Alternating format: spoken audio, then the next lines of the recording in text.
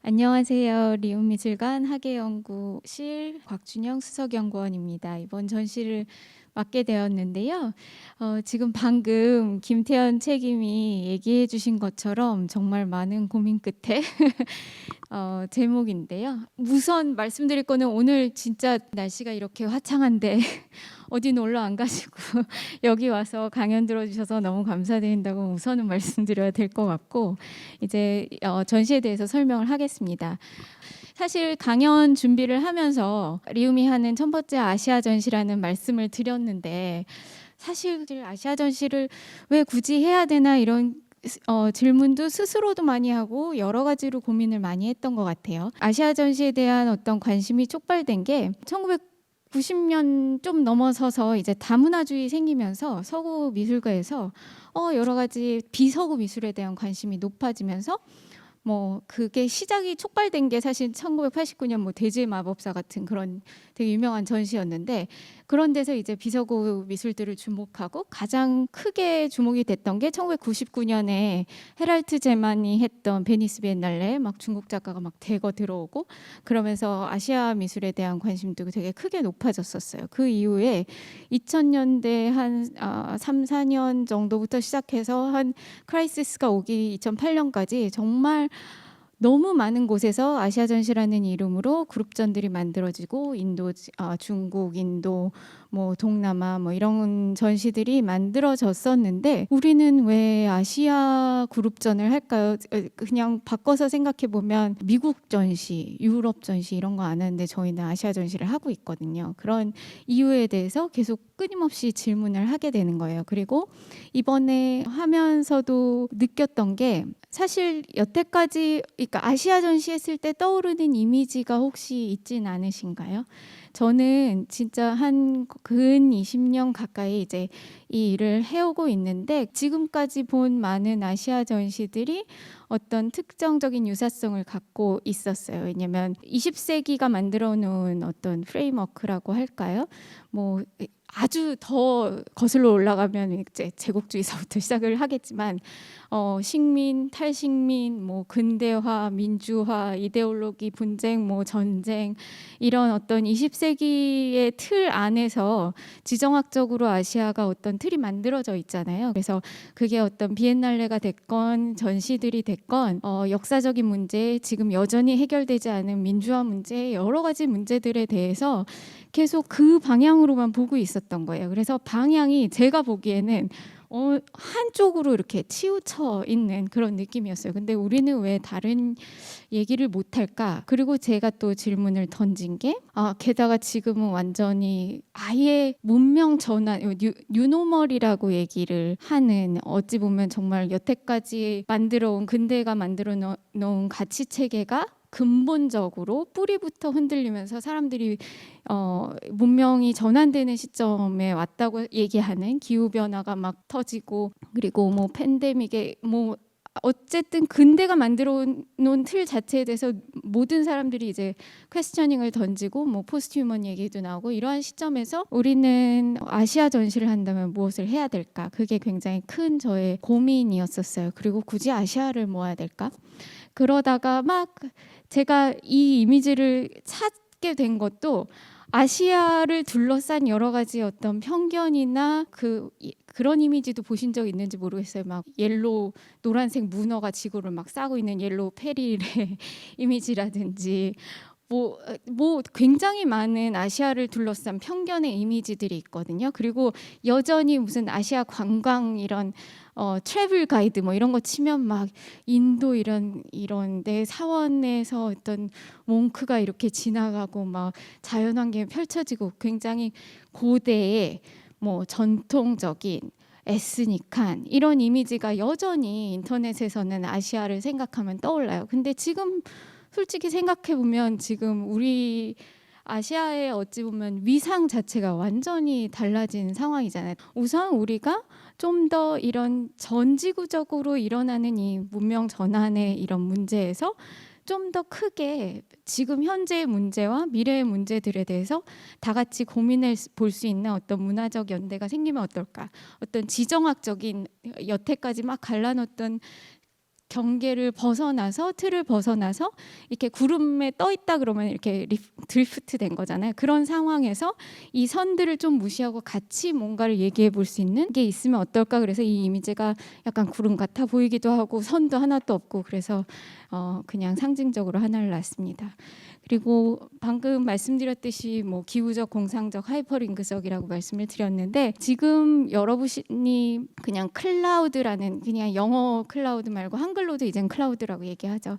클라우드라는 단어를 생각할 때 정말 다양한 어떤 의미들이 떠오르잖아요. 그게 그냥 사전적으로 구름이란 뜻이 될 수, 기후의 구름이 될 수도 있겠지만 사실은 예전부터 신화적으로 구름에 담긴 의미가 정말 그러니까 약간 공상적이고 상상적이고 어떤 세속과 천상의 경계, 지상과 천상의 경계에 있는 어떤 꿈 같고 몽환적이고 뭐 신선들이 노는 곳 막 이런 거를 얘기를 할 때 사실 구름을 굉장히 많이 상징적으로 썼죠. 그래서 저는 군선 경술도 인조가 그린 걸로 알려져 있는 그걸 가져왔는데 이제 서왕모의 그 생일에 가려는 신선들이 이제 구름 타고 파도 타고 가는 이 모습이에요. 이게 굉장히 도상으로도 많이 나오는 건데 이거를 그냥 단순히 가져왔지만 사실은 알고 보면 뭐 제우스도 구름을 막 이용을 했었고 단군 신화에서도 환웅이 구름 타고 내려왔고 뭐 이런 모든 신화적인 이미지에 이제 구름이 있죠. 그래서 어떤 공상적인 영역을 얘기할 때 사실 구름을 또 많이 얘기를 하고 그리고 여러분들이 너무 요즘 아주 기본적으로 많이 알고 있는 특히 젊은 세대 그냥 클라우드 데이터 창고라는 영역 그래서 인터넷 상에서 모든 데이터들이 연결돼 있어서 그거를 자유롭게 따다 쓸 수 있는 하이퍼링크적인 어떤 데이터 창고의 의미를 갖는다는 측면에서 그 세 가지를 여러 가지로 다 살펴보고자 했습니다. 그래서 사실은 이런 문제들을 가져온 이유가 있었다면 방금 말씀드렸던 어떤 지정학적인 경계를 초월한 어떤 위치 설정이나 우리가 좀 더 넓게 좀 생각을 해봐야 하지 않을까 하는 사고의 확장 문제 그리고 지금 기후 문제도 너무 크기 때문에 사실은 기후와 환경에 대한 그러니까 지속 가능한 공존이나 이런 상생에 대한 문제를 다루는 데 있어서도 어떤 상징적인 기호가 될 수 있겠다고 생각을 했고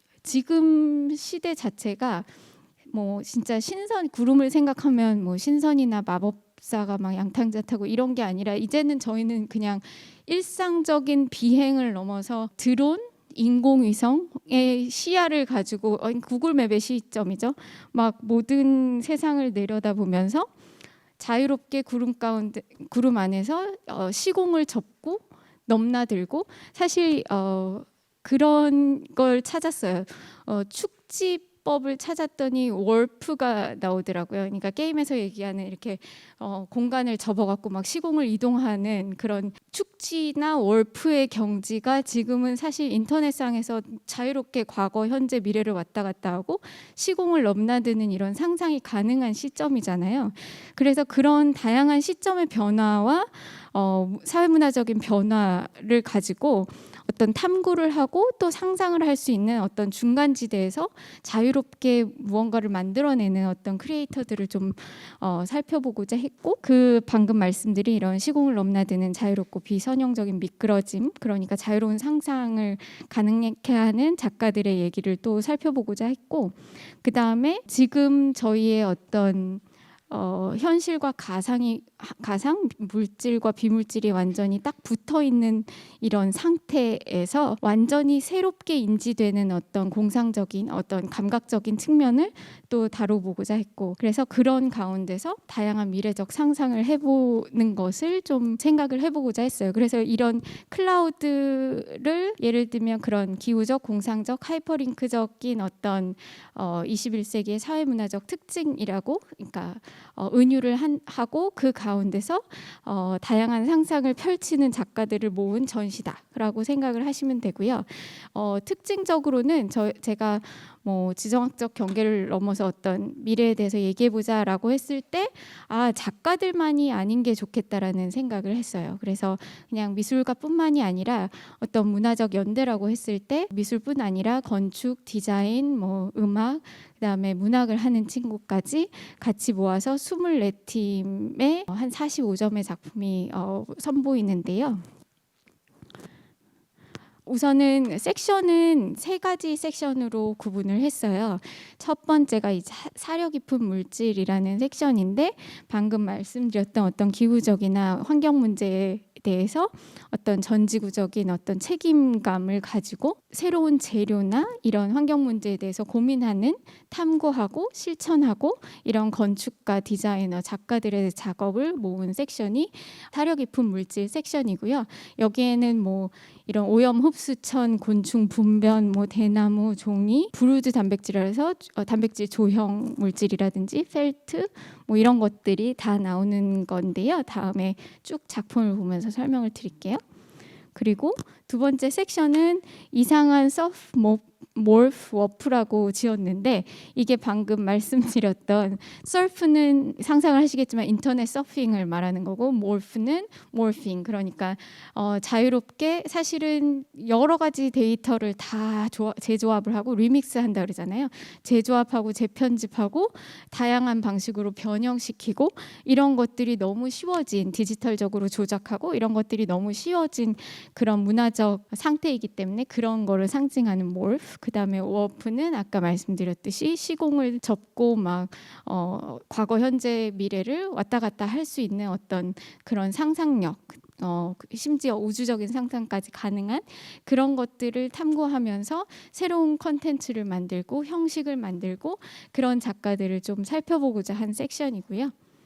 자세한 작품 설명 좀 이따 할게요. 그 다음에 세 번째는 공간각적 몰입이라고 해서 나온 섹션인데 아까 잠시 말씀드렸던 것처럼 현실과 가상이 붙어있고 물질, 비물질, 데이터와 물질, 그다음에 아날로그와 디지털, 피지컬과 디지털 같은 것이 다 완전히 딱 붙어있는 상태에서 새롭게 인지되는 공간각적인 경험을 보는 그런 작가들을 좀 모아봤습니다. 이게 전시장 도면인데요. 원래 전시공학적으로는 뭐 구분을 할 때 섹션별로 나눠서 이렇게 칸을 나누고 작품을 나눠서 전시하는 게 일반적이잖아요. 근데 이번에는 저는 이게 다 같이 섞인 어떤 상상이 증대해서 증식하는 어떤 풍경으로 만들고 싶었어요. 그리고 가장 중요하게는 저희가 사실 여기엔 테크놀로지적인 것도 있고 환경적인 문제도 다른 작품들도 있는데요. 사실 많은 전시에서 뭐 디지털 테크놀로지 관련된 전시가 따로 있거나 아니면 인류세 전시가 따로 있거나 그걸 이렇게 따로따로 집중하는 경우가 많았었는데 저는 지속가능한 상생의 문제나 기술 발전, 뭐 4차 혁명, 디지털 기술 발전의 문제가 따로 분리돼서 갈 수 있는 게 아니라고 생각하거든요. 뭐 인류세라 그래서 다 과거로 들어가서 자연으로 다 돌아갈 것도 아니고 그다음에 테크놀로지만 생각해서 상생의 문제를 저버릴 것도 아니고 어떤 거시적인 시야나 미시적 돌봄이 다 같이 필요한 시기라는 측면에서 이게 하나의 전체의 신으로 보여주면 좋겠다는 생각에 이 3가지 주제를 섞었어요. 그래서 사실 전시장에 설명 없이 가시면 이게 막 다 뒤섞여 있으니까 좀 헷갈리실 수도 있거든요. 그래서 미리 설명을 드리면 여기서 나오는 다양한 재료의 건축적 파빌리온을 커미션을 저희가 하고 그래서 그 건축적 파빌리온이 뭐 아까 말씀드린 대로 대나무도 있고 종이도 있고 펠트도 있고 이런데요. 이 파빌리온이 작품이 될 수도 있고 그 작품 안에 다른 작품을 품은 공간이 될 수도 있고 또 전시장을 나누는 어떤 디바이더의 역할을 하도록 했어요. 그래서 다른 기업에서 좋아하실 수 있는 뭐 ESG 컨셉에 맞춰서 이렇게 사실 가벽이 하나도 없이 파빌리온 자체가 공간을 나누는 디바이더의 역할을 할 수 있게 그렇게 구성을 했어요. 그래서 쭉 전시장을 돌아보시면 뭔가 이상한 것들이 안 어울릴 것 같은데 그런 것들이 섞여 있는 그런 풍경을 느끼실 수 있고요. 이게 비비 블랙박스의 풍경이에요. 그리고 이제는 작가 것들에 대해서 설명을 드릴게요. 제가 일부러 만남을 주선한 것처럼 건축가랑 어떤 특정 작가를 콜라보를 시켜서 같이 보여주고 이런 작업들이 있기 때문에 그거를 그냥 순서대로 그런 조합대로 보여드릴 거예요. 먼저 켄고 쿠마는 사실 쿠마 켄고라고 한국에서는 얘기를 하죠.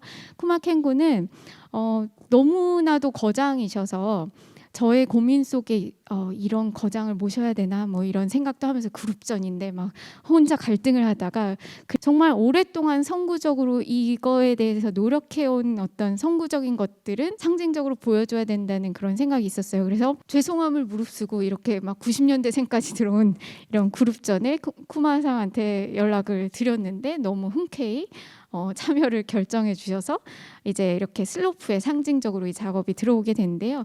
아시는 대로 쿠마상은 건축가예요. 근데도 이번에는 이런 설치 작업을 했습니다. 근데 이 설치 작업은 패브릭 이름이 더 브리스라는 건데요. 그래서 작품 제목은 숨이에요. 근데 이 패브릭이 오염을 흡수하는 신소재 패브릭인데요. 그래서 연간 9만 대의 자동차가 뿜는 그런 오염 물질 VOC라고 하는 오염 물질을 흡수할 수 있는 84m 길이의 설치 작업이고, 그리고 최근 연구에 따르면 코로나 바이러스도 흡수를 한다고 하네요.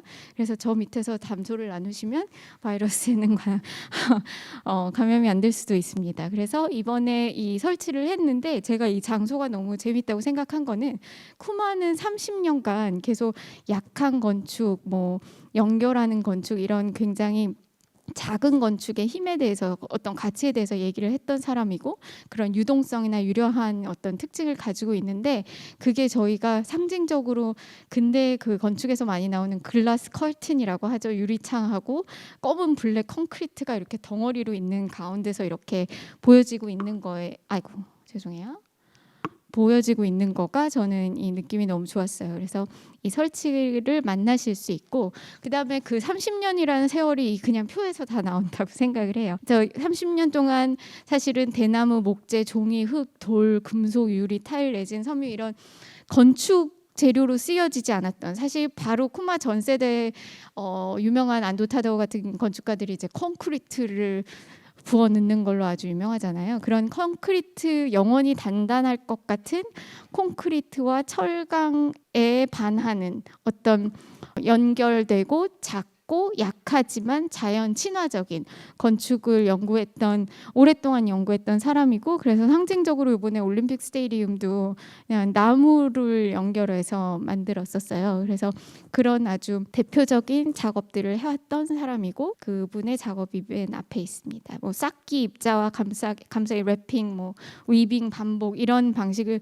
사용해서 사실 그냥 거대한 네모난 한 덩어리가 아닌 연결하고 쌓아서 자연과 어울릴 수 있는 건축을 해왔던 분이죠.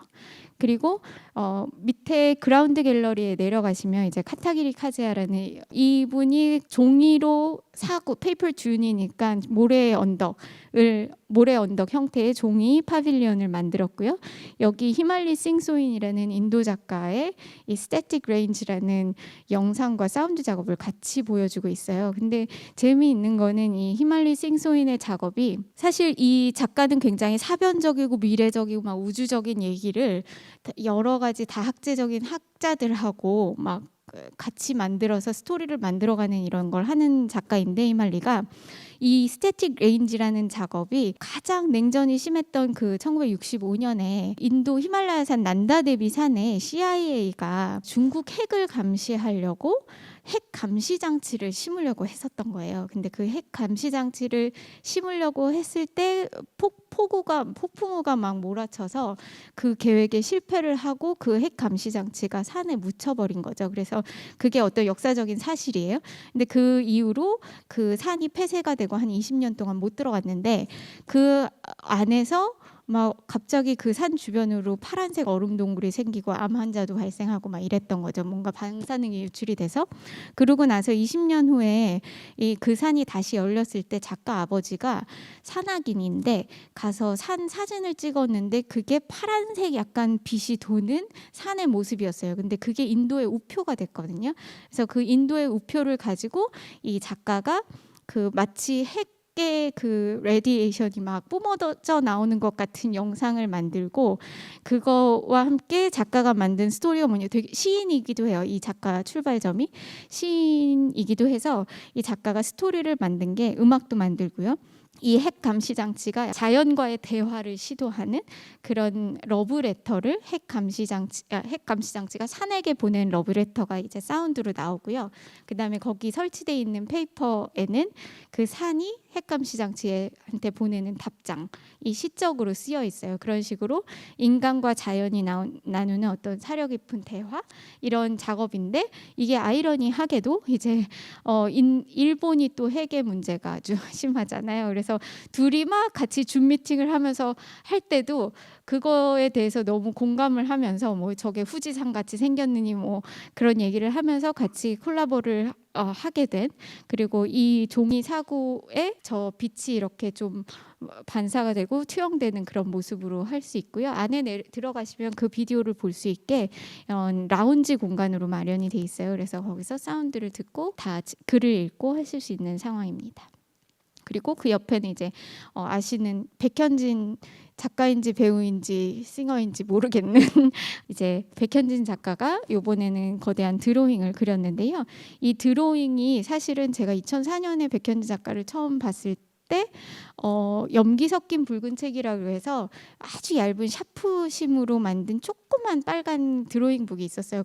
그게 작가의 시작이었는데, 그 드로잉북에 착안해서 연필 드로잉을 거대하게 해보자라는 얘기를 해서 만들기 시작한 거고, 만들기 시작한 그 기본 계기가 된 게 AI가 절대 못 따라하는 드로잉이면 좋겠어, 뭐 이런 얘기를 하기 시작하면서 한 거예요. 그러다가 꿈은 장대하였으나 AI가 이걸 쫓아하는 거는 프로그램을 만들진 못했지만, 이 작가의 생각에는 굉장히 단순한 어떤 돌담 패턴 같기도 하고 뭐 넷 같기도 하고 이런 패턴이 있지만, 그 안에 내부를 좀 가까이 가서 보시면 갑자기 선이 폭포가 되고 머리카락이 되고 어떤 이상한 불면증 걸린 이상한 사람이 되기도 하고, 굉장히 상상을 할 수 없는 이상한 형태들이 작은 드로잉들로 나와 있고요.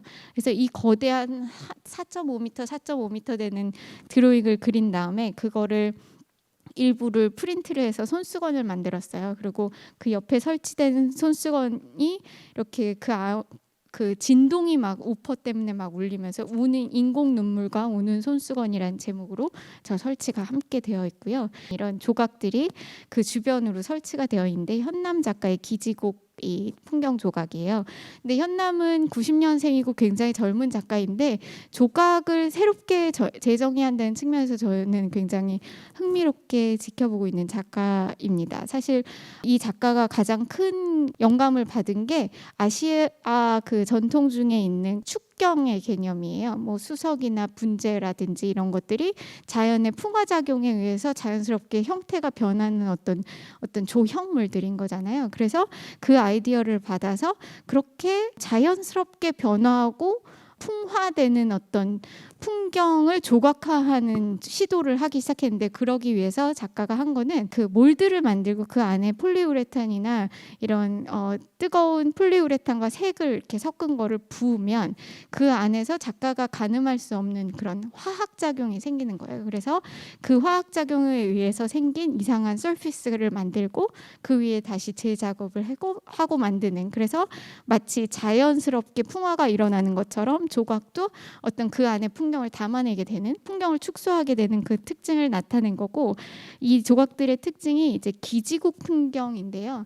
기지국이 사실은 교회 십자가만큼 많은 게 기지국이라고 작가는 얘기를 하는데, 우리나라에 진짜 제일 흔한 어떤 조형물이라고도 할 수 있는데 실질적으로는 잘 인지가 안 되는 그런 조형물이죠. 그 조형물의 특히 뭐 아파트 단지가 크거나 사람이 많이 사는 지역일수록 더 기괴하고 막 뾰족하고 뭐가 많이 붙어 있고 막 이런 풍경인 거예요. 그래서 그런 현대적인 기지국 풍경을 이렇게 조각으로 나타내면서 마치 제가 느끼기에는 이 모습들이 그 주변에 무슨 핵 레디에이션 뭐 이런 인공 진동 이런 것들을 빨아들이는 그런 느낌으로 다가옵니다. 그다음에 그 카타길이 나와서 안쪽으로 가시면 위켄드랩이라는 디자인 듀오의 작업을 보실 수 있는데요. 이게 옆에 있는 게 뭔가 싶으시겠지만 이 지속 가능한 디자인을 위한 실천을 하고 연구를 하는 굉장히 젊은 친구들이고 그 두 명이 모여서 뭐 예를 들어 옥수수 전분, 계란, 오리알 단백질, 그리고 뭐 커피 잔여물, 뭐 폐각 뭐 이런 것들을 모아서 디자인 제품을 만들어 왔던 일을 했는데, 이번에는 전시에서 이렇게 큰 작품을 한 적은 없었는데 이번 전시에서 약간 지속 가능한 내일을 위한 어떤 토템을 만들었어요. 거대한 토템을 만들고 그거를 뭐 곤충 분변, 황토, 씨앗, 한지, 셀룰로즈 이런 것들을 섞어서 어떤 토템의 형태를 만들고 그 위에서 계속 수용성 크리스탈이 떨어져서 하얗게 이렇게 결정체를 이루는 그런 조각을 만들었습니다. 그리고 그 옆으로 보면 이제 이런 회색의 건축물을 보실 수 있는데요. 여기서는 또 특별한 콜라보레이션을 했습니다. STPMJ의 그 펠트 파빌리온과 김초엽 작가, 저는 사실 개인적으로 너무 좋아하는 SF 소설가인데요. 93년생이고 포항공대를 나와서 생화학을 전공하고 사실 모든 요즘 SF 그 단편상 같은 상들을 많이 휩쓸고 있는 굉장히 유명한 소설가인데요. 이번 전시를 위해서 특별히 신작 소설을 써줬어요. 그래서 둘을 콜라보 시킨 거는 사실은 이 펠트 파빌리온 자체가, 펠트는 뭐 유목민들 텐트에도 썼었고 그렇지만 가장 많이 쓰는 거는 뭐 마감재나 가구나 뭐 직물 이런 데, 그러니까 그런 소음 막는 이런 거에 쓰잖아요. 근데 이번에 STPMJ는 어찌 보면 좀 무모하다 싶게 이거를 가로로 눕혀서 이렇게 쌓아서 하나의 그 벽돌을 만들고 그 벽돌 196개를 조적식으로 쌓아 올려서 그걸로만 가지고 이제 건축물을 만든 거예요. 그랬더니 정말로 흡음에 뛰어난 건축물이 된 거죠. 그래서 소리가 사라지는 방, 그러니까 고요의 틈이라는 제목을 가지고 있는데, 그래서 쓱 안으로 들어가면 이렇게 먹먹해지는 느낌이 나거든요. 건축물의 특징은 원래 조적식 건축하면 딱 생각나는 게 이제 벽돌 건축일 텐데, 벽돌은 보통 몰타르를 사용하니까 접착제를 써야 되잖아요. 그러면은 그거를 해체했을 때 다시 사용하기가 좀 힘든데, 이 STPMJ가 실험한 거는 접착제 없이 그 블럭들만 쌓아 올린 거예요. 그래서 이 전시가 끝난 다음에 그거를 빼내도 뭐 예를 들어 테이블이나 의자나 이런 것들로 변신이 가능한, 그래서 재활용이 가능한 어떤 블럭이 된 거고, 그 안에 이제 들어가면 김초엽 작가의 이제 사문화 연작이라는 소설이 있는데요. 사문화 연작이 그러니까 그 컨셉인 거예요. 그러니까 사실 우리가 뭐 팬데믹 때 막 골방에 앉아서 막 게임하고 사람들하고 연락하고 막 우주적인 상상을 하고 막 뭐를 쓰고 이랬던 것 같은 어떤 모던의 상아탑 같은 느낌도 나고, 그런 골방 안에서 미일실, 혼자만 있는 미일실 안에서 어떤 우주적인 상상을 할 수 있는 어떤 세팅을 만든 건데요. 이번에 사문화 연작은 인간이 미래의 어떤 행성을 정복을 하고 나서 이제 개척 행성이라고 하죠. 개척 행성이 됐는데 그 안에서 너무 초지성체, 파티클이라고 불리는 초지성체가 머리가 너무 좋아져 갖고 인간을 내쫓아내는 시나리오를 짜서 이 행성이 곧 멸망할 거야, 워몰이 닫힐 거야, 그래서 인간들을 다 내보내요. 그러고 나서 그 파티클들이 모든 인간 이외의 모든 사물에 붙어서 모든 행성에 있는 모든 것들이 막 살아 움직이게 되는 그런 상황을 그리는 그런 SF 소설이고, 그게 석상공원에서는 인간 생존자가 남아서 석상들을 AI 학습시키듯이 이렇게 학습시켜주는 그런 상황, 그다음에 생존자들을 위한 매뉴얼, 그리고 파티클 중에서도 인간을 이해하고 어떤 특이성을 가지고 있는 파티클이 나와서 같이 그 행성에서 탈출하는 얘기가 있는 유리병 구조 일지를 이제 끝으로 3편이 마무리가 됩니다. 이거 나중에 시간이 되시면 그 안에서 꼭 못 읽으시더라도 요 교육 자료실에 가시면 여분 책들이 있으니까 보시면 좋을 것 같아요. 그리고 그 앞으로는 이제 유이마 나카자토라는 일본의 이 패션 디자이너인데요. 미술, 과학, 패션을 다 융합해서 여러 가지 실험을 하는 팀이에요. 이 유이마 나카자토가 지속 가능한 어떤 패션을 위해서 여러 가지 방법을 고민하면서 뭐 유닛을 만들기도 하고 어떤 유니천을 만들어서요. 그 유니천을 여러 가지 디자인을 만들 수 있게 뭐 한다든지 다양한 실험을 하는데 그 실험 중에서 가장 대표적인 게 이 바이오 스모킹이라는 기법인데요.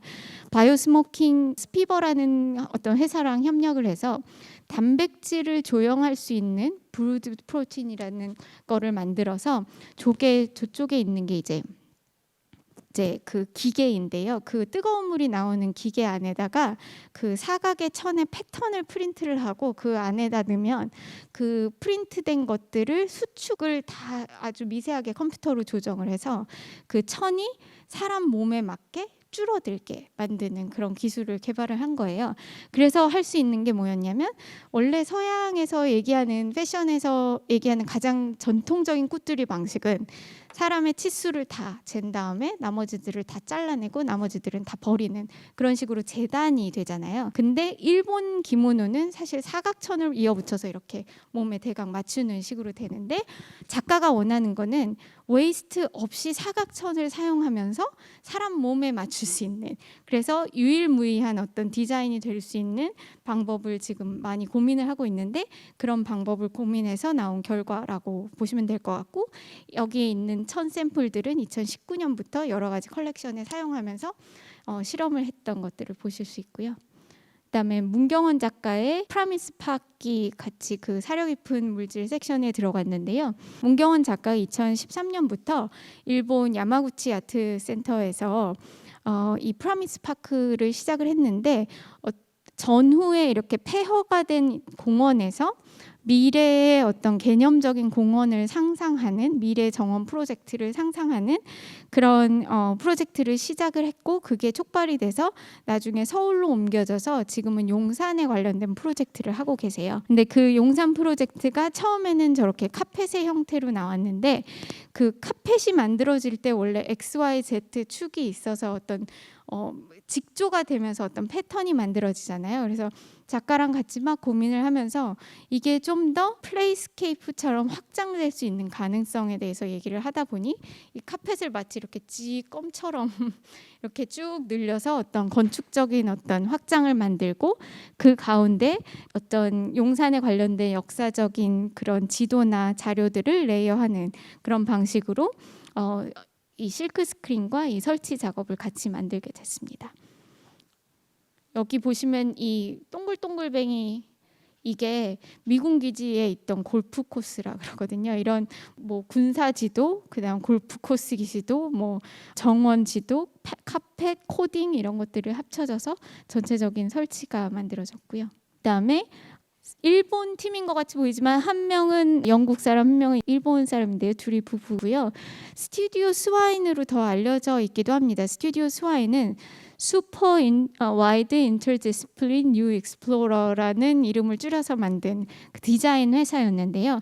이 사람들이 하는 게 굉장히 재료를 고고학적으로 다룬다 그래야 될까요? 그래서 아주 고대에서부터 우주에까지 이르기까지 재료가 어떻게 변화되고 있는지에 대해서 연구하는 그리고 그 이전의 작업들은 뭐 예를 들어 바다로 나가서 몇 년 동안 폐플라스틱을 모아서 그걸로 어떤 디자인 제품을 만든다든지 캔들을 모아서 디자인 제품을 만들고 머리카락을 모아서 되게 시크하고 아름다운 것들을 만들었었어요. 그리고 영화도 상도 많이 받고 그러면서 재료 연구를 했는데 이번에 저희한테 보여주고 있는 거는 일본 전후 건축 중에 가장 유명한 것 중에 하나가 이 메타볼리즘 아키텍처라는 건데요.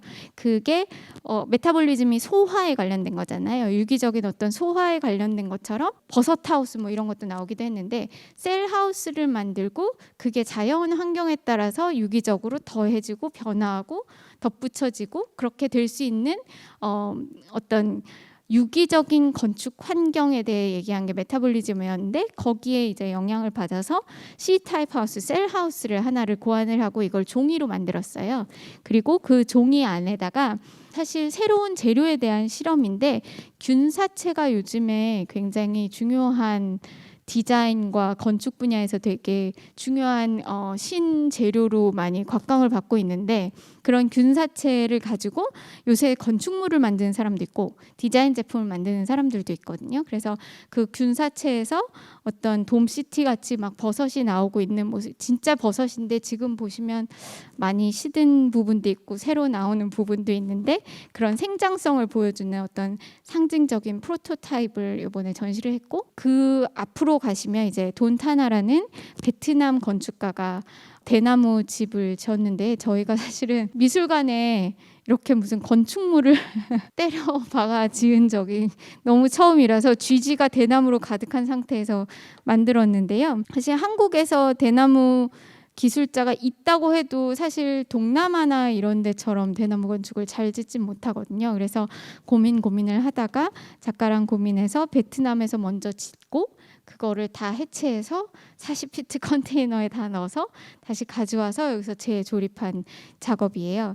근데 이 돈타나 같은 경우에는 사실 베트남에 한 5, 6년 전부터, 꽤 오래 전부터 이 기후변화 리포트가 되면서 나오면서 베트남의 메콩강 그 남부 지역이 사실 해수면이 1m만 상승을 해도 40~50%에 가까운 지역이 다 침수가 된다 그래요. 그래서 실질적으로 그 남부에 사는 주민들이 다 약간 저소득층이기 때문에 그 사람들을 위한 집을 계속 디자인으로 고안을 하고 있다가 제가 컨택을 했더니 그럼 이걸 하고 싶다고 얘기를 해서 처음으로 이제 실현을 하게 된 거죠.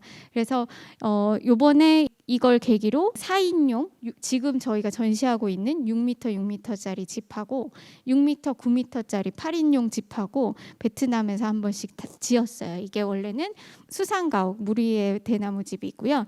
베트남에서 대나무가 보통 생산되는 게 3m랑 6m짜리가 가장 일반적이라고 해요. 그래서 6m가 너무 크니까 좀 줄여주면 안 돼 이랬더니 안 된다고, 컨셉이 잘라서 조립하면 안 되는 거기 때문에 6m 하우스가 됐고요. 그래서 그 안에 제가 이상한 만남을 주선을 한 게 이제 루양의 헬로 도쿠 월드라는 작업인데요. 이거는 저쪽에 끝에 있는 거는 저희 AR 전시에도 루양 작가가 들어가 있어요. 그래서 데크 나가시면 저기 꼭 한번 해보시면 좋을 것 같아요. 가장 큰 규모 중에 하나거든요. 그리고 이 루양의 이 도쿠 헬로 월드 같은 경우에는 둘을 접붙이게 된 이유가 지속 가능성이나 이런 거에 대한 논의가 꼭 자연, 지역적인 재료, 대나무 이런 거에 대한 것만이 아니라, 사실 유이만 아카자토도 같은 고민인데 전통을 어떻게 미래적으로 승화시킬 수 있는가의 문제도 사실은 지속 가능성이 굉장히 중요한 이슈 중에 하나거든요. 그래서 루양이 완전 디지털 네이티브에 막 완전 게임에 빠진 불멸의 디지털 존재 막 이렇게 생활을 하고 활동을 하고 있지만, 사실 그 기저에 불교나 아시아 철학, 전통, 종교에 대한 관심이 워낙 높고, 심지어 생물학, 뇌신경학 이런 데도 관심이 있는 그런 굉장히 똑똑한 작가예요. 근데 그거를 다 승화시켜서 이렇게 정말 게임 월드 같은 어떤 웹사이트나 작업들을 만들고 활동을 하는데요. 헬로 도쿠 월드는 도쿠가 작가의 아바타인데 디지털 세계에서 사는 불멸의 어떤 존재죠. 근데 이 도쿠를 만들기 위해서 불교에서 얘기하는 독사라는, 거기서 따와서 도쿠라는 이름을 만들고 발리의 전통춤을 연구를 했어요. 발리의 전통춤이 한 되게 수천 년의 역사를 가지고 있는 건데, 재밌는 거는 발리 춤추는 사람들을 보면은 막 눈을 막 움직이면서 손을 막 꺾으면서 춤을 추거든요. 근데 그 눈을 움직이는 그것 자체가 거의 접신의 개념이라 그래요. 그래서 막 무아의 경지에 빠져들면서 춤을 막 추고 있는 건데, 그걸 보고 연구를 해서 작가가 이거를 완벽한 기술로 모션 캡처를 했어요. 그래서 그 발리의 전통춤 하는 유명한 3명의 춤을 다 모션 캡처를 해서 그걸로 자기의 아바타를 만든 그런 작업이에요. 그래서 여기 오른쪽에 있는 것들은, 얘가 이제 도쿠가 여기 있는 작업은 내가 세상에 나왔어라고 탄생을 선언한 헬로 월드라는 첫 번째 작업이었고, 그 이후에 그 아바타, 도쿠라는 아바타가 뭐 광고도 찍으시고 세상도 구하고 뭐 이런 계속 변신을 하면서 여러 가지 작업에 나오거든요. 그래서 그 변신한 모습을 보여주는 거고, 저기는 그 도쿠의 가상의 모습을 보실 수 있는 겁니다. 그래서 사실은 작가한테 대나무 집에서 전시하고 싶니라고 했을 때 너무 좋아했던 게, 그런 아시아 전통이 어떻게 21세기적으로 나올 수 있는가를 고민한 작가였기 때문에 그게 가능했다고 생각을 합니다. 그리고 이제 비비 올라가시기 전에 보시면 이런, 이미 전시를 보셨는지 모르겠어요. 보신 분들은 보셨겠지만 패딩 기둥이 거대하게 있어요. 근데 연진영 작가라고 패딩 소파 같은 걸로 유명한 디자이너인데요. 이 디자이너랑 고민을 하다가, 지금 사실 리사이클링, 업사이클링은 되게 좀 디자인계에서는 어떤 흔한 이슈가 됐을 수도 있거든요. 근데 그거에 집중을 한다기보다 제가 작가랑 고민하면서 얘기했던 게, 이렇게나 재고가 많다를 사람들한테 경각심을 불러일으킬 수 있는 설치였으면 좋겠다가 첫 번째 그거였어요. 그래서 사실은 연진영 작가가 계속 코롱에서 그 패딩을 수급을 받아서 작업을 해요. 공짜로 수급을 받아서 작업을 하는 작가인데, 저도 이번에 공부하면서 알게 된 건데, 워낙 전 세계적으로 패스트 패션이 유행을 하다 보니 거의 생산되는 모든 의류의 한 70%가 아예 묻히거나 태워진다고 해요. 그러니까 만들고 70% 소각하고, 만들고 70% 소각하고, 이런 그 악순환이 계속이 되고 있는 거고, 그리고 여러분도 아시겠지만 저희 한동안 거의 패딩 왕국이었잖아요. 몇 년간 온난화 때문에 겨울이 너무 따뜻해져서 패딩이 재고가 엄청나게 늘었어요. 그래서 긴 패딩이 이제 아예 소비가 안 되는데, 그런 것들이 다 그냥 매년 소각이 되고 있는 거죠. 그래서 그 소각이 되는 대신 이제 작품으로 활용하라고 준 거니까 일석이조긴 한데, 제가 너무 재밌다고 생각한 게, 이 주변에 정말 앉아서 주무시는 분도 있을 정도로 많이 앉아 계세요. 되게 편안하게 즐기면서도 300벌인데 이만큼 재고가 많아를 느낄 수 있다면 그건 역할을 다 했다고 생각을 하고, 웡핑의 이 페이블이라는 작업인데요. 정말로 끝까지 보시기를 추천드립니다. 내용이 진짜 재미있는데 웃으면서도 찝찝한 그런 작업이에요. 왜냐하면 인간과 비인간, 그러니까 인간과 동물 사이의 그거를 정말 미묘하게 왔다 갔다 하면서, 거기에 인간 본성의 문제, 사회 부조리의 문제, 이런 것들을 정말 이 사람이 천재구나 싶을 정도로 굉장히 잘, 그러니까 유쾌하지만 속 불편하게 잘 집어내는 작가고, 여기 나오는 게 이제 슈퍼 리치 소하고 판사 토끼, 머리 3개 달린 판사 토끼 얘긴데요. 예를 들면 슈퍼 리치 소는 민주항쟁을 소가 하다가 실수로 경찰을 찔러갖고 이제 감옥에 갔는데, 감옥에서 수감하다 보니까, 오래 수감하다 보니까 친구를 다 잃고 거기서 성추행도 당하고 나왔는데, 이제 살 길이 막막해서 자기가 입고 있던, 항쟁 때 입었던 이제 찢어진 청바지를 팔았더니 그게 갑자기 유행을 해갖고, 이게 항쟁의 증거인 거죠, 찢어진 청바지가. 그게 유행을 해서 재벌이 냈는데, 고소공포증이 있어서 밑으로 이제 계속 마천루를 밑으로 이제 땅으로 금빌딩을 지어 내려가고 있었는데, 그래도 항쟁을 하던 친구니까 사회에 대해 걱정을 하는 사람이잖아요. 그래서 사회에 뭔가 도움이 되고 싶어. 그래서 막 복권을 사갖고 사람들한테 막 돈을 뿌렸는데도 사람들이 부자를 안 좋아해갖고 계속 미움을 받다가 거기서 유기농 풀만 먹고 계속 있는데, 점점 자기 몸에서 이상한 냄새가 나기 시작한 거죠. 그래서 알고 보니까 밑에 너무 돈을 많이 벌어서 마천 그 빌딩이 지구 핵에 가까워져 갖고 점점 미디움 레어로 구워져서 최상급 와규 스테이크가 돼서 이제 돌아가신 그런 얘기예요. 그러니까 사실은 완전 슈퍼 리치에서 소고기가 될 때까지의 그 과정 가운데 정말로 미묘한 사회 문제들이 다 들어있거든요. 그다음에 그 옆에 있는 나타샤 톤틴 인도네시아 작가인데, 사실 지금 제가 두 번째 섹션에서 뭐 이상한 썰프몰프 어프라는 이름으로 이런 사변적인 얘기를 끌어들이고 상상의 얘기를 끌어들이는 이유는, 저 다음 이제 강연이 황희선님의 이제 도나 해로웨이 그 SF 관련된 강의인데요.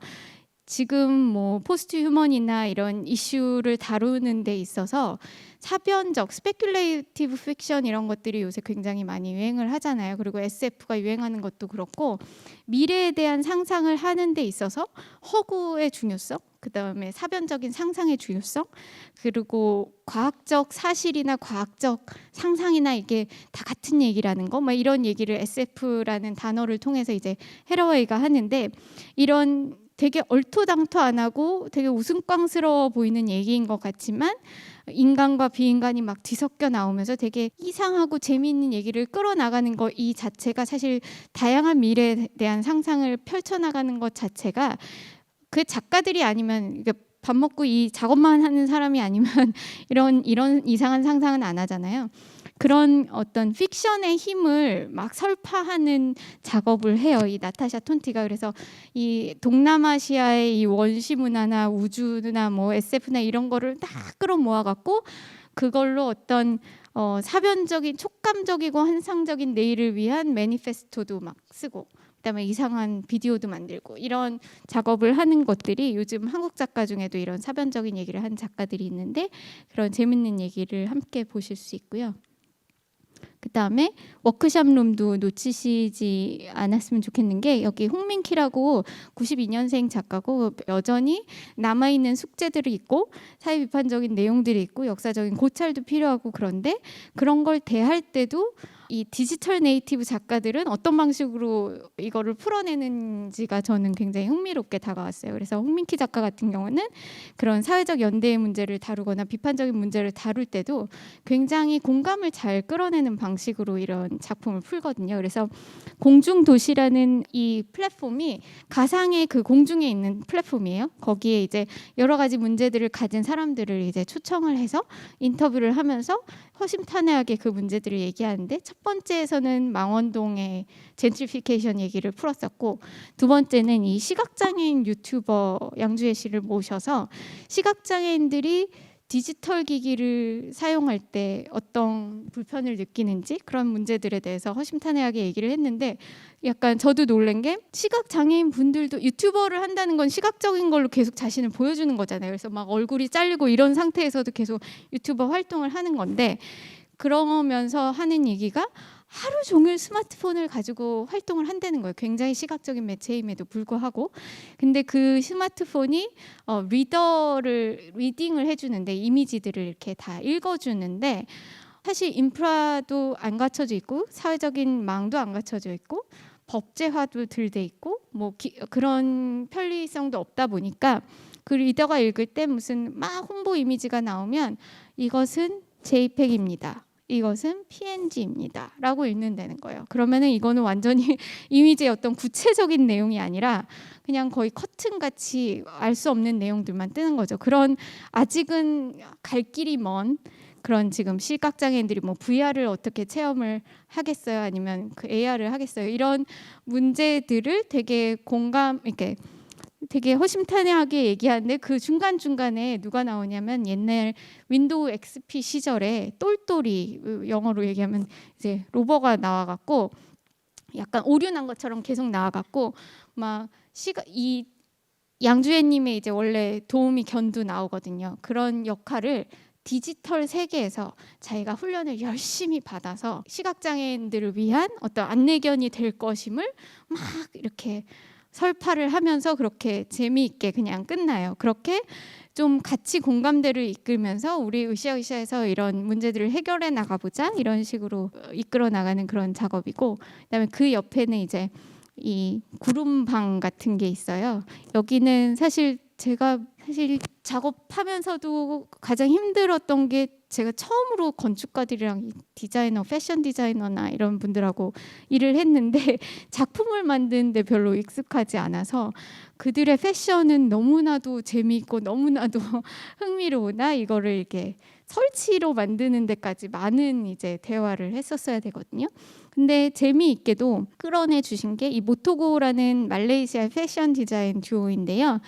이 작가들이 클라우드 워커스 전시 개념을 듣고 딱 떠올린 게, 옛날 명청시대 도교 장례 전통 중에 지자라는 종이 크래프트 전통이 있어요. 그래서 고인이 즐겨 사용했던 그런 물건들을 다 종이공예로, 요새는 이 아이폰까지 만든다는 거죠. 이제는 막 컴퓨터, 아이폰, 온갖 것들을 다 종이로 만들어서 그걸 장례식에서 저렇게 태워 보내는 그런 게 이제 전통인데 여태까지도 이어져 오고 있는 건데, 이 작가들이 생각을 한 게, 이 디자이너들이 생각을 한 게 그 지자에서 그런 고인이 좋아하던 물건을 비물질로 태워 올려 보내주는 거를 어떤 메타 세계의 어떤 비물질적인 소통하고 연결을 시킨 거예요. 온라인에서 왔다 갔다 하는 위시를 보내고 이런 것과 연결을 시켜서 지자와 이제 메타 세계를 연결시키는 설치를 만든 거고요. 그래서 자신들이 뭐 디자인한 그 옷들이나 여러 가지 물건들, 그런 것들을 우주에다가 각종 물건들을 올려보내는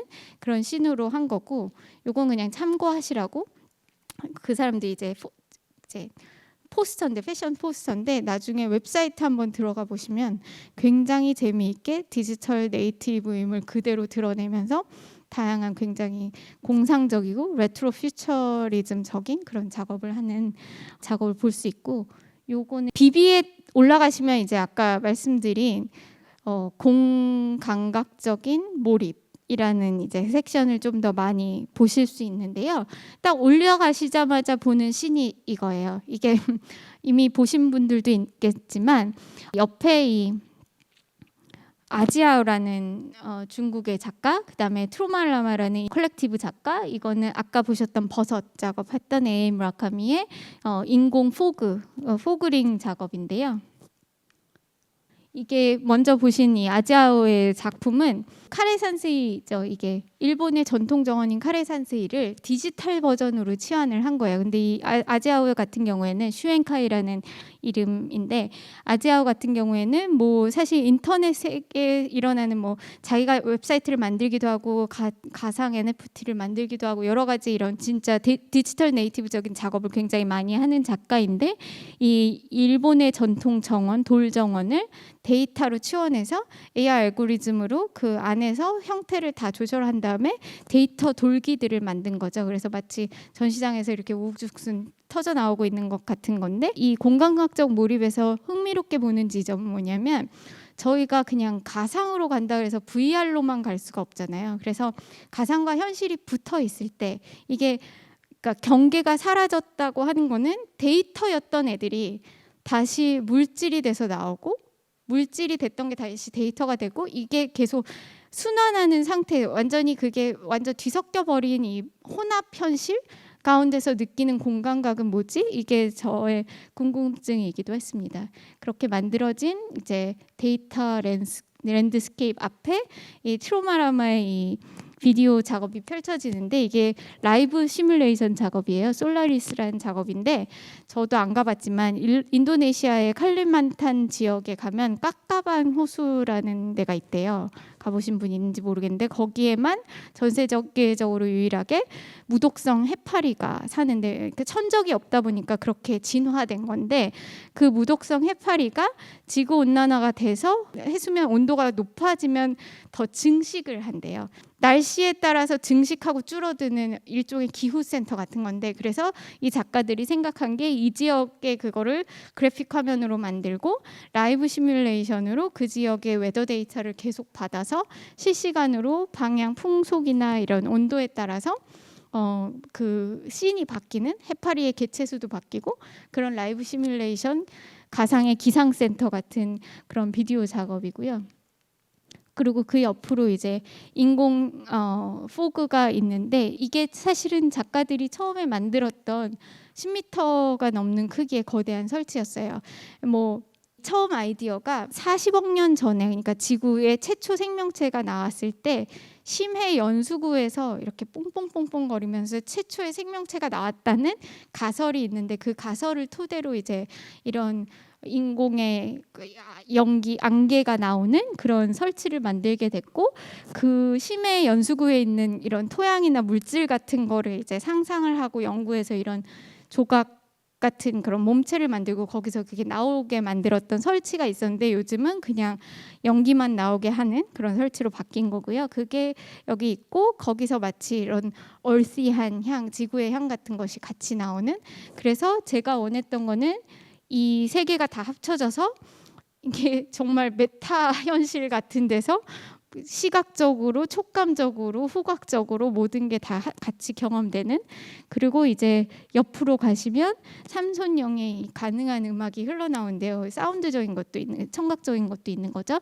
삼손영이 원래 2017년에 홍콩관 개인전 했던, 굉장히 홍콩에서는 유명한, 가방끈도 긴 뭐 철학, 젠더학, 음악, 작곡으로 굉장히 유명하고 작곡으로 아예 프린스턴 대학 박사까지 받았었던 그런 친구인데, 사운드 작업을 많이 하다가 요새 계속 천착하고 있는 게 에딘버그 대학에 있는 네스라는 팀하고 협업해서 거기서 만든 AI 알고리즘을 이제 빌어서 작가가 그냥 상상의 영역에서만 만들 수 있는 악기, 뭐 디지털로만 가능한 악기를 이제 상상한 거죠.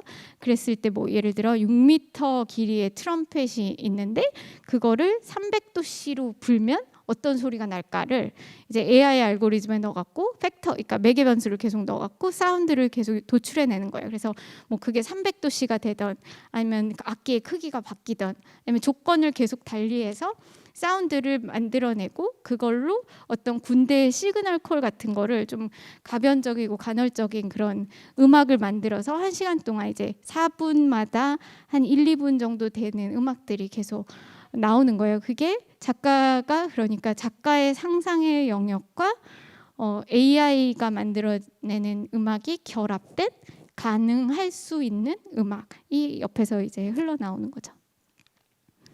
그리고 그 앞에는 이제 관샤오라는 중국 작가의 조각 작품이 있는데, 아까 말씀드린 설프랑 몰프의 특징을 가장 잘 활용하는 그런 작가예요. 그래서 이런 이상한 유사 인간적인 이 조각을 만드는데 어떻게 만드냐면 이제 인터넷에 쳐요. 뭐 난 바퀴살이 필요해 그러면 쭉 치면은 거기서 쫙 나오면 거기서 골라서 쇼핑을 한 다음에 거기서 그걸 조합하고, 뭐 나무 뿌리공예라 그러죠. 중국에서 많이 하는 그 뿌리공예도 그런 식으로 사고, 도자기도 만들고 로프도 막 결합하고 온갖 키치적인 거를 다 결합을 해서 이상한 외계 형태, 아니면 혹시 요즘 유행하는 약간 비인간, 유사인간, 비인간적인 어떤 오브제로 어떤 외계적인 존재를 만들어서 거기에 스토리를 부여하는, 그리고 심지어 영상마저도 그렇게 인터넷 후티지를 사용해서 만드는 그런 작가이고요. 그다음에 그 옆으로는 코마보다도 더 연세가 있으신 51년생 티시안 수인데요. 이분은 근데 거의 신인 작가처럼 요새는 신인은 아니지만 너무나도 지나치게 선구적이었어서 요즘에서야 이제 주목을 받기 시작하신 분인데, 80년대 중반 후반부터 이미, 그때는 스마트폰도 없고 아무것도 없을 때인데도 디지털 테크놀로지가 인간 삶에, 인간의 감각에, 인지에 어떤 영향을 끼칠 것인가에 집중한 작업을, 막 그때는 추상미술 끝나서 이제 실험미술하고 막 이럴 때인데 굉장히 선구적으로 이런 작업을 해서 그때는 사람들이 못 알아봤지만 지금 와서 너무 놀라워하며, 이 사람이 만든 작업 중에 그 심지어 아이폰인가 그거 카메라 앱 같이 생긴 뭐 작업도 있었어요. 80년대 그렇게 생긴 그런 것까지 다 만들었던 연세 있으신 분이 요즘 최근에도 계속 하시는 작업들이고요. 이게 그라스 스킨이 되게 상징적인 이미지라서 가져와 봤습니다. 여기에 QR 코드 들어가시면 그 영상, 관련 영상도 보실 수 있고요. 그리고 이게 마지막 작업입니다. 로렌스 렉이라는 말레이시아 쪽 화교였는데 부모님이 독일에서 태어났고 지금 런던에서 작업하고 있는 굉장히 다국적인, 죄송합니다, 아시아 작가고요. 이미지 보시면 아시겠지만 저기 알아보시겠죠. 리움을 이렇게 환상적으로 시뮬레이션해서 네펜테 존 리움이라는 요번에 특별한 작업을 만들어줬는데, 이 네펜테가 그리스 신화에서 말하는 슬픔을 잊게 하는 약, 망각의 묘약, 뭐 이런 뜻이에요. 포이즌인데 그거를 이제 미래의 가상의 복지 공간으로 재해석을 한 거죠. 그래서 리움을 저렇게 환상적인 곳으로 마치 1000년 후에 잊혀진 유적지가 발견된 것처럼 그렇게 설정을 해놓고, 글로 이제 가서 복지를 느끼고 현세의 모든 속세 문제들을 다 잊고 거기서 어떤 평안함을 느끼는 그런 상태를 이제 만드는 비디오 작업인데, 게임도 있어서 이렇게 요 부분이 이제 게임 지역 부분이라서 조이스틱으로 가면 리움 그 공간이 나오고, 알아보실지 모르겠어요. 이 작업이 설치된 공간이에요, 여기가. 그래서 밖에서부터 이렇게 들어가서 슬로프 타고 내려와서 갱고쿠만 있는 데를 지나와서 이렇게 블랙박스로 올라오면 자기 작품이 있는 공간까지 다 시뮬레이션을 해서 이 네페테 존을 만들었고요. 그냥 딱 들어가면 뭔가 누구는 빠갔다 그러고 누구는 환상적인 어떤 공간이라고 얘기를 하는데, 전 딱 느끼는 게 환상적인데 되게 쓸쓸한. 근데 작가가 말하고자 하는 거는 지금은 휴양지를 가려면 비행기를 타고 어디 가서 복지를 즐기지만 미래의 휴양 공간은 그냥 언제든 나갔다가 다시 들어올 수 있는, 클릭만 하면 언제든 다시 들어올 수 있는 그런 가상의 공간이 될 것임을 암시하는 그런 작업인데, 그렇게 들어오는 것만 혼자 들어오고 이러니까 저한테는 되게 환상적인데 되게 쓸쓸하게 다가오는 그런 작업이 이제 전시의 마지막 작업입니다. 그렇게 해서 사실 그냥 제가 쭉 설명을 드렸지만 사실은 어떤 분들은 이렇게 꽂히는 부분들이 좀 다 있으신 것 같은데 여러 가지로 다양한 상상을 할 수 있는 전시였으면 좋겠고, 사실은 다양한 그 막 이렇게 꺾인 굴곡이 있는 신들에서 뭐 하나라도 그냥 아시아의 미래가 이럴 수도 있겠구나, 뭐 이런 상상이 가능할 수도 있겠구나, 우리는 기술 발전이 돼도 나중에 수혜가 나면 대나무집에서 110인치 삼성전자 LED를 볼 수도 있구나, 뭐 이런 여러 가지들을 같이 이렇게 종합적으로 느낄 수 있는 전시였으면 좋겠다는 게 저의 바람이고, 그래서 다른 아시아 전시가 생기더라도 좀 이렇게 다양한 상상을 할 수 있는, 뭐 우리가 미래를 상상할 수 있는 가능성들이 좀 다른 방향으로도 열렸으면 좋겠고, 그런 게 저의 가장 큰 바람이었습니다. 네, 감사합니다.